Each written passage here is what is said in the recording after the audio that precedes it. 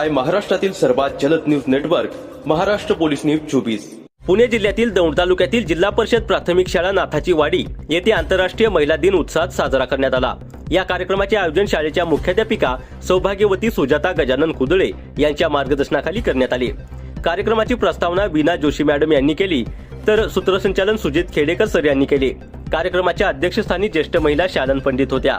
यावेळी स्त्रीरोग तज्ञ डॉक्टर स्वाती विनय लवंगरे यांनी महिलांना आरोग्याबाबत मार्गदर्शन केले। तसेच बाल संगोपन विषयावर तज्ञ सल्लागार नीलम सचिन खंडाळे यांनीही मोलाचे मार्गदर्शन केले। कार्यक्रमात विद्यार्थिनींनी थोर महिलांच्या भूमिका सादर केल्या।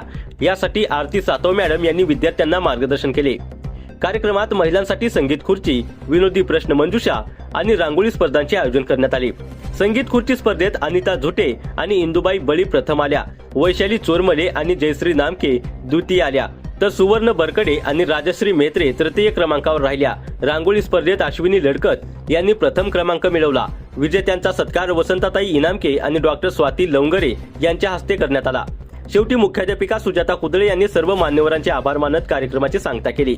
महाराष्ट्र पोलीस न्यूज 24 साठी महाराष्ट्र प्रतिनिधी धनंजय काळे।